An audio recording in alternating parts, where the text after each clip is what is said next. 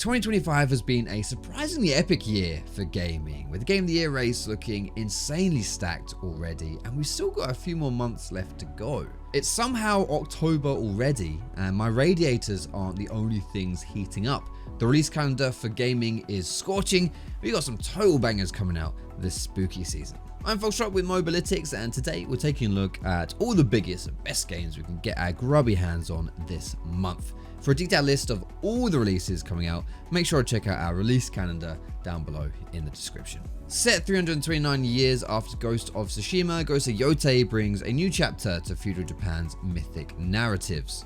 Players control Atsu, a wandering mercenary whose family was slaughtered by the ruthless Yotei 6. The game tells a story of vengeance as you hunt down each member of the clan. What's really cool about it is that rather than a strictly linear path, Ghost of Yotei offers greater narrative freedom. You can tackle the Yotei 6 in your own sequence, and you've got side activities like bounty hunt, sumi, painting, camping to encourage exploration. To avoid the all too common open world fatigue, the developers Sucker Punch are focusing on the density of encounters, compelling vertical and terrain traversal, and meaningful side missions rather than just filler. The only downside really to Ghost of Yotei is that, like its predecessor, it's a PS5 exclusive. Although, again, like its predecessor, hopefully it will make its way over to PC eventually. You'll have to wait a bit for that though. Ghost of Yotei is releasing October 2nd for the PS5.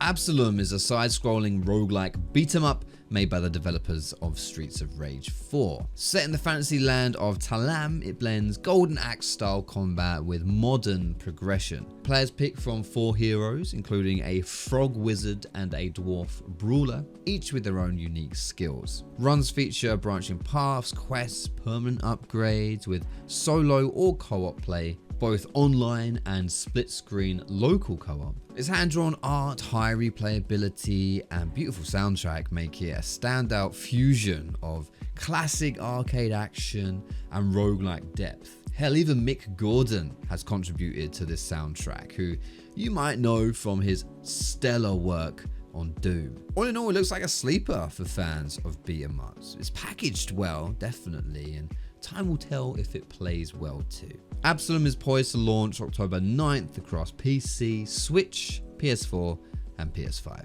The next mainline Battlefield entry, Battlefield 6, is soon upon us. Building on decades of large-scale warfare, this edition promises modernized maps, destructible environments, and seamless transitions between ground, air, and naval combat. You can expect that signature Levolution destruction system to return in evolved form, alongside expanded tools like deployable gadgets, drones, and updated vehicle classes. EA emphasizes cross-play between platforms and tighter integration with esports and seasonal live service content.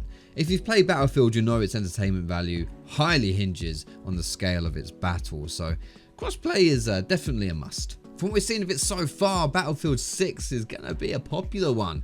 It's set to release on October 10th for PC and console. The haunting, atmospheric Little Nightmares series returns with Little Nightmares 3. The game retains the franchise's trademark blend of puzzle platforming, stealth, and environmental storytelling, but scaled up with new mechanics. Players will navigate nightmarish realms inhabited by grotesque antagonists and surreal traps. You can expect expanded traversal tools, evolving shadow mechanics, and more verticality in its level design. The narrative is expected to weave a deeper tale of innocence, corruption, and uncanny worlds. As with prior games, atmosphere, lighting, and sound design will play pivotal roles in building dread rather than outright horror. I don't think people realize just how popular the Little Nightmares series is. The second game sold over 1 million units within the first month, and Little Nightmares 3, coming out on October 10th,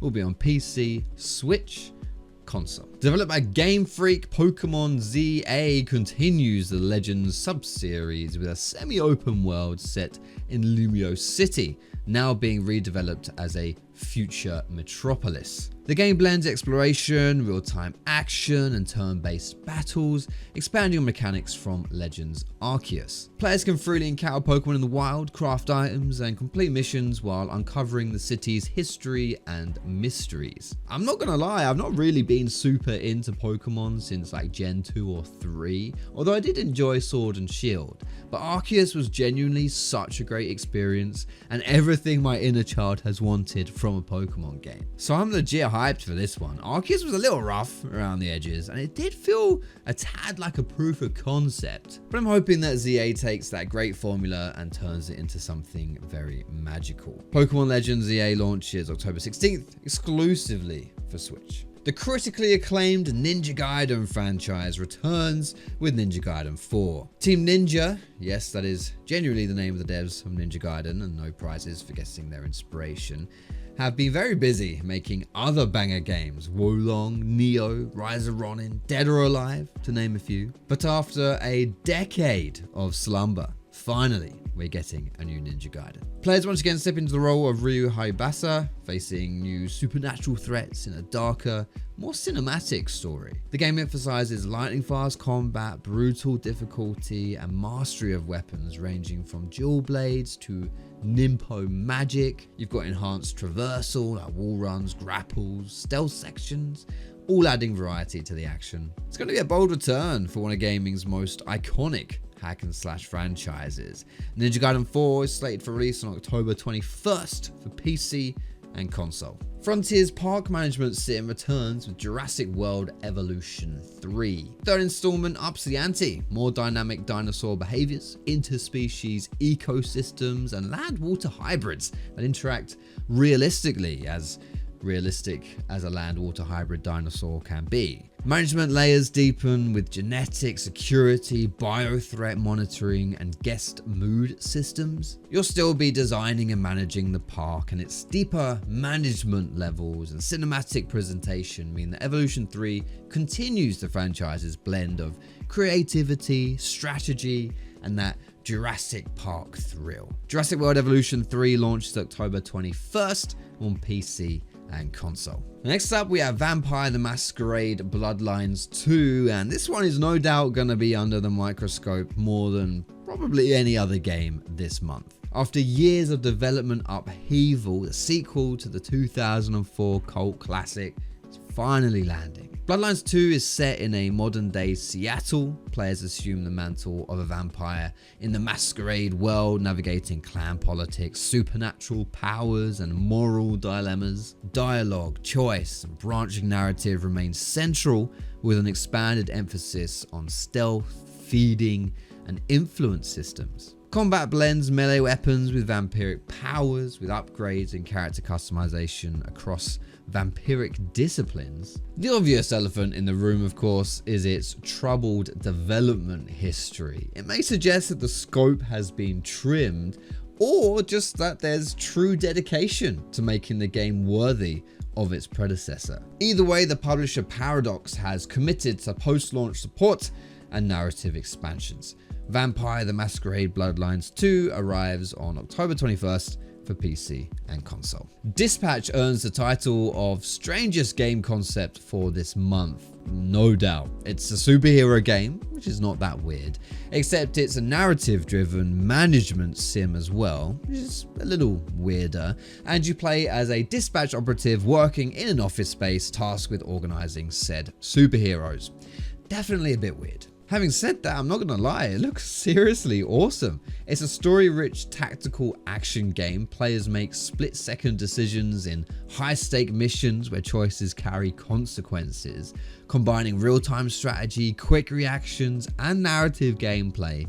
It emphasizes tension, consequence, and immersive decision-making. Definitely going to be a unique experience, and if that hasn't sold you, then its voice acting cast will. You've got Aaron Paul, Laura Bailey, Matt Mercer, Travis Willingham, and even content creators like Jacksepticeye and Moist Critical. Dispatch will be out towards the end of the month on the 22nd for PC and PS5. After the runaway success of the original, The Outer Worlds 2 promises a return to satirical, choice-driven sci-fi RPG adventure. Created by Obsidian Entertainment, who you might recognize from Fallout New Vegas and Knights of the Old Republic 2, Outer Worlds will deliver branching narrative arcs, companion loyalty quests, and morally ambiguous decisions. Combat will expand with new weapon classes, better AI companions, and more engaging enemy factions. Obsidian has hinted at larger explorable star systems, more vertical environments, and deeper faction mechanics like